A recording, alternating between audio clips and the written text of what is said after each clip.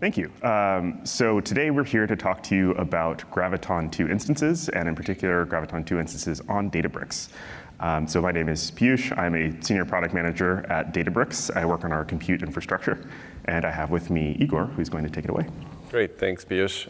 Hi, I am Igor Alexeyev. I'm a partner solutions architect at AWS. And we're going to talk today about Graviton, but before we start with Graviton, I would like to talk about Databricks on AWS. So Databricks, you all know, it's a data and AI company. We have a lot of great customers that run on AWS. You see these familiar logos. Databricks is a recognized leader in both database management and data science and machine learning. Databricks and AWS customer obsessed together. We have a very strong partnership. There are many joint Lakehouse wins. Databricks is a fully managed SaaS platform on AWS that helps you to accelerate the time to value. We have several joint sales plays, Hadoop migration, enterprise data warehouse migrations. Just putting it all together, Databricks works natively inside your customer's VPC. Databricks has actually a quick poll. Who is on AWS here? Who is on Azure? Who is on GCP? Tommy, okay, you have to leave. Anyway. So Databricks has integrations with purpose-built S3 connectors to optimize performance. There's a native support for Graviton 2, and that's actually the main topic today. What the things we're going to be talking, Graviton 2 instance types, and we'll be talking about that. Also, there's seamless integration with AWS security, and there is ability to deploy models to SageMaker effortlessly. Just a quick highlight of some unique integrations on AWS. So SageMaker Data Wrangler, you now can import data from Databricks into Data Wrangler and create a pipeline to prepare your data for training. There is, of course, an AWS Glue Catalog. Who uses Glue Catalog? Oh, who uses Unity? Ah, interesting. There is Athena integration. Currently, it's manifest-based, but there is work on supporting Delta tables directly. Of course, EC2 Spot instances. You can use CloudWatch to monitor your Databricks clusters. SageMaker Ground Truth, we just published a blog earlier this year, how you can do labeling in Ground Truth and then train a model on Databricks and deploy it on SageMaker. Redshift also supports currently manifest-based Delta integrations. There is managed workflow for Apache Airflow. It's an alternative. You've just heard about Databricks workflows. This is an alternative if you want to use a managed service or familiar with Airflow, for example. And of course, Graviton 2 instances, more coming up on this. Private link is this very popular option if you're concerned about how data travels. If you want data to travel privately between your data plane and control plane. And there is a single sign-on support as well. So this is a reference architecture. Like, think of it as several superimposed architectures together. You might have Kinesis, or you might have Kafka. Data typically comes either streaming or batch. Actually, who is doing streaming? And batch? Everybody's doing batch. Okay, great. So data typically lands on S3. Databricks has great accelerator, autoloader. Of course, you're familiar with that. And then Databricks cluster typically transit, optimized for a specific workload, gets the data, reads the data, does ETL, writes it back out to S3. And then there are several connectors. You've heard Spark connectors were announced for MSK, Kinesis, and DynamoDB. So this is where you can deploy your data to those products. You can also use like Redshift. Of course, you can deploy there and like power your dashboards off Redshift. Use QuickSight. There are quite a few services Databricks integrates with. One thing I want to highlight, Spot instances. This is, yeah, who's using Spot instances? Okay, great, because it saves a lot of money. Makes sense. So Spot instances is unused capacity in AWS that is available at up to 90% discount compared to on-demand prices. And depending on nature workload, you may be able to replace the on-demand with reserved EC2 instances in your Databricks cluster, or you can replace them with Spot. And there is a slider, you're all familiar, like it's I call it time cost continuum. You can either want it faster but more expensively, or cheaper but slower. And then it's a sliding rule. You can decide which way you want to go. Now the main topic is the Graviton tool. So AWS has a broad choice of processors. So we have Xenon Intel-based processors. We also have EPYC processors from AMD. You can use, and now finally we have Graviton processors. Actually, I want to quickly ask, who's using Intel-based instances in your clusters? EPYC? Interesting. And Graviton is, anybody tried Graviton? Okay, wow, interesting. Graviton is already more than AMD. So Graviton processors. It's a custom AWS silicon built with 64-bit ARM processor cores, target optimization for native cloud workloads. AWS noticed that cloud workloads run slightly differently, so they decided to create a new instance, a new CPU based on the demands of the cloud. It allows you to rapidly innovate, build, and iterate on behalf of customers. So Graviton has broad applicability, but in context of Databricks, it's mostly analytics workloads we're talking about, and maybe high-performance computing. There's several instances in the family. Memory optimized, general purpose, burstable. Burstable is when your CPU is generally used, not used much, but it periodically needs to burst up, so it allows you to save money using those instances.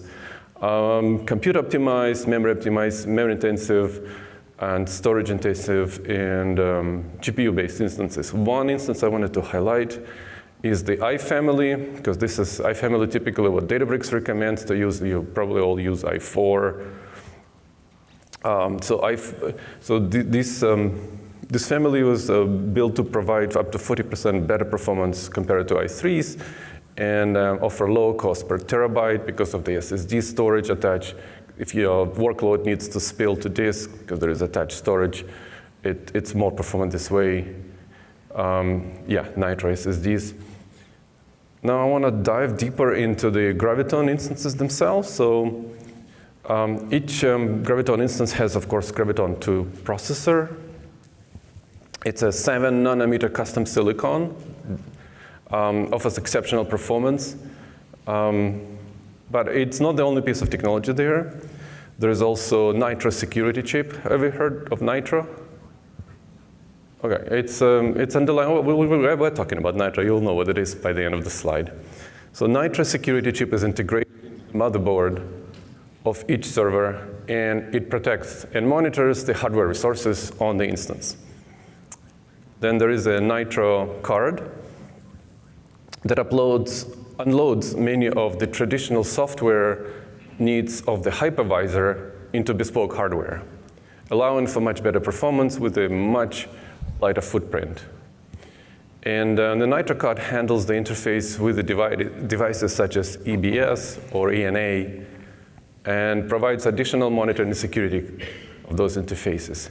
And finally, there is the hypervisor. And so you saw there's extra hardware. It's a physical hardware sits on those instances. And the main purpose is to offload as much of processing onto this bespoke hardware, so you get more of the CPU that you're allocated on the instance. So because of that, the hypervisor can be very lightweight, handling memory CPU allocation with bare metal-like performance. Now, let's talk about TCO with Graviton 2 powered instances. You get the highest performance With Graviton 2, you get you can lower total cost and ownership significantly. Graviton 2 instances give you the highest performance in the family. Like if you look at the R, I, M, C families, Graviton instance will give you the highest performance within the family for the same instance size. It will give you 20% lower cost when compared to other instances with the same vCPU and memory configuration. Now, 20%, that's just compute. So Piyush is going to talk about what that means in Databricks context. And it leads to the 40% better price performance versus comparable x86 instances. Some industry benchmarks, so SpecInt. Customers discovered that, of course, you need to test your workloads. And again, Piyush has done a lot of testing, and he's going to talk about specific. But for example, there are several benchmarks comparing AWS Graviton 2 M6G instances versus current generation of M5 to provide a kind of frame of reference. So in SpecInt, it's CPU intensive, has a wide variety of benchmarks, and you get a 44 faster performance per vCPU than M5. And also the instances are 20% lower cost. Then Nginx test was, Nginx benchmark was a popular web server and load balancer. Simulating 512 clients, it was 24 more requests per second comparing to equivalent M5 instances. And the last one, Memcached, a popular key value store for retrieving and caching data. This gave 43 higher requests per second. And now I am going to play a video from Mark Galbraith, who couldn't join us today. So over. Hello, I'm Mark Galbraith, VP of Productivity Engineering at ARM, and I'm delighted to be able to say a few words at the Data and AI Summit. ARM is the world's most pervasive compute platform, with technology touching 70% of the world's population. Founded in 1990, early product development was in mobile phones, where power efficiency is critical, but now ARM devices can be found across client, cloud, IoT, and automotive segments. We are a semiconductor IP business, with more than 2,000 active licenses held across more than 600 customers. And our technology can be reused across multiple applications. And to date, more than 225 billion ARM-based chips have been shipped. The ARM and Databricks collaboration began to serve all of ARM engineers' data and analytics requirements using ARM CPUs wherever possible. And this includes the development of our ARM data engineering platform. This platform provides a scalable and performance solution for all our data storage needs, and we store over 24 billion files in AWS S3. Recently, Databricks expanded the compute offering by introducing Graviton 2 processors for AWS deployments. So what impressed us? Well, speed. In one day, we migrated the majority of our processes from R5D instances to ARM-based R6GD instances, reaching over 50% of Graviton usage within our Databricks estate. Most cases took just a few clicks to change. Simply put, zero code changes were required. Also, efficiency. We can manage our data on our own architecture designs at a cheaper price. And finally, sustainability. We can reach ARM sustainability goals with lower energy usage for the same workload. So in conclusion, based on our preliminary results on our migration journey, early indications show that there's no reason not to use it. Thank you. Great, thank you, Mark. Okay. So in summary, Amazon EC2, M6G, 6G, R6G, and T4, C6, and G5, G. Basically, whenever you see G instances powered by Graviton 2, up to 40% better price performance comparable to x86 based instances, if you want to take anything away from this session. So these are kind of highlights. Graviton provides works for broad spectrum workloads, including analytics. Most Linux and open source based applications can easily run on multiple process architectures. And then Piyush is going to talk about which runtime was optimized the most. And these instances are supported, of course. And yeah, there is an i4 family, something to keep an eye on. And with this, I'm going to hand off to Piyush. Thank you, Igor. So now I'm going to actually talk about Graviton 2 instances on Databricks within our platform. So the really exciting thing is Graviton 2 instances are actually already available on Databricks in an ungated public preview. So you can actually take advantage of these instances right now in your workspace by just selecting them when you go to select your instance type when you're creating a cluster. The other really exciting thing that we are offering with the public preview is support for Photon on Graviton. So our Photon execution engine Photon on Graviton is basically the most performant solution, and it's the lowest cost solution as well. So what exactly is Photon? This is mentioned at the keynote, but just a brief recap. Photon is our vectorized execution engine. So it's a rewrite of several core Spark libraries in C++, and the vectorized execution basically gives a massive performance boost for specific workloads. So from our customers, we've actually seen up to 12x faster query execution for specific queries, and cost savings of up to 80% in specific cases. So the really great thing about Photon on Graviton is you actually don't have to rewrite any of your code. You can just enable Photon on your cluster, and then you're ready to go. So what does this look like in practice? So you can see here, we actually ran 2 different benchmarks to kind of give you a sense of what the performance delta is for not just Graviton versus x86-based instances, but also Photon on Graviton versus Photon on x86. So here we've run 2 benchmarks. The one on the left is TPC-DS. We've talked about that quite a bit here at Data and AI Summit. And the other one is a custom ETL benchmark that we run internally at Databricks. So you can see here, the performance advantage ranges from 2.6x to over 5x when you're using Photon on Graviton compared to just a regular i3 instance. Even comparing these Graviton instances, Photon on Graviton, to Photon on Intel, we still see a performance delta. So obviously 5x compared to 3.8x for the ETL workload. That, of course, leads to cost savings. So this is the total cost, the total service cost for each of these benchmarks, for each of these benchmark runs. So you can see Intel, these i3 instances, without Photon, it costs about between $18 and $22, $19 and $22 for these 2 different benchmark runs. When you enable Photon and you use Graviton, you can get that cost down to $6 to $10. So really the question to ask is, what can you do with up to 5x the execution speed of your queries? And what can you do with those additional cost savings if you switch to Photon on Graviton? This basically highlights the price performance advantage that you see from these Photon on R6GD instances, which is up to 4x compared to the i3 instances. So just a brief note on availability. So Databricks has already added support for 3 instance families of Graviton, so the compute optimized, memory optimized, and general purpose instances, both the regular instances and the versions with local disk. And we don't have any restrictions on the regions in which these instances are available. So you can actually take advantage of them wherever AWS has already added support for Graviton 2 instances. The last thing to keep in mind is Photon is currently only supported on the memory optimized and general purpose instances, and only with local disks.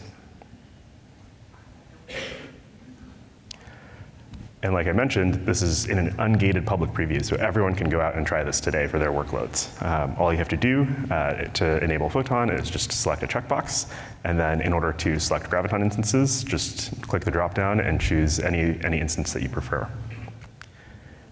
We have these instances in public preview, and GA is coming later this year, probably in Q3. And lastly, this is also supported via our Create Cluster API. So all you need to do is specify that the runtime execution engine is Photon, and then choose a Graviton instance for the instance type selection in your cluster, and then you're ready to go.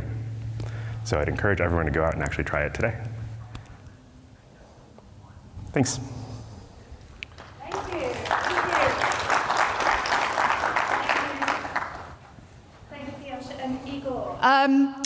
So, do we have any questions from the audience?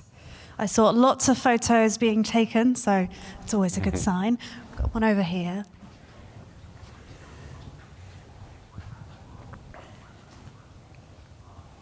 Thank you. Is it available on the GovCloud as well?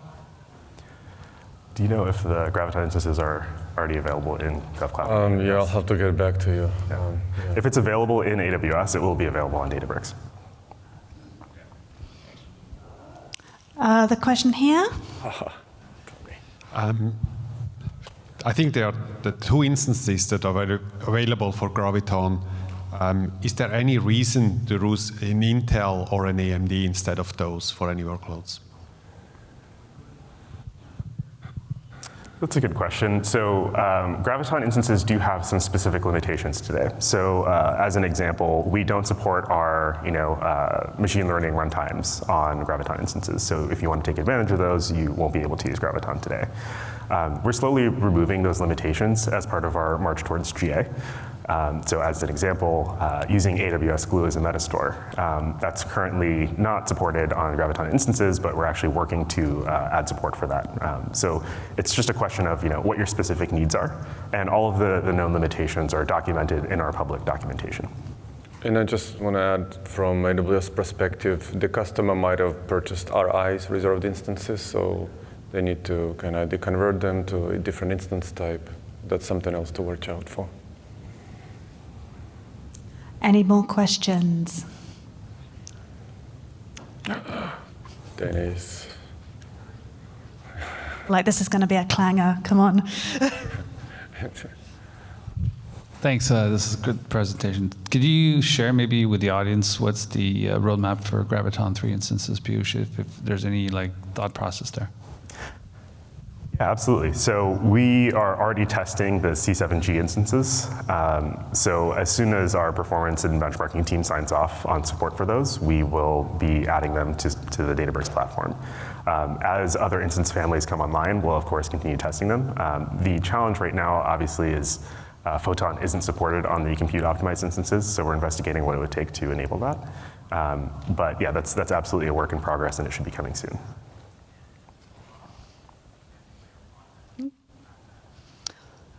Okay, I think that might be it. So finally, once again, I'd like to say a big thank you to Piyush and Igor for talking to us today. I hope you really enjoyed it. I know I did. If I can remind you all to fill out the feedback on the app as well. And one final round of applause for our presenters, please. Thank you. Thank you, guys.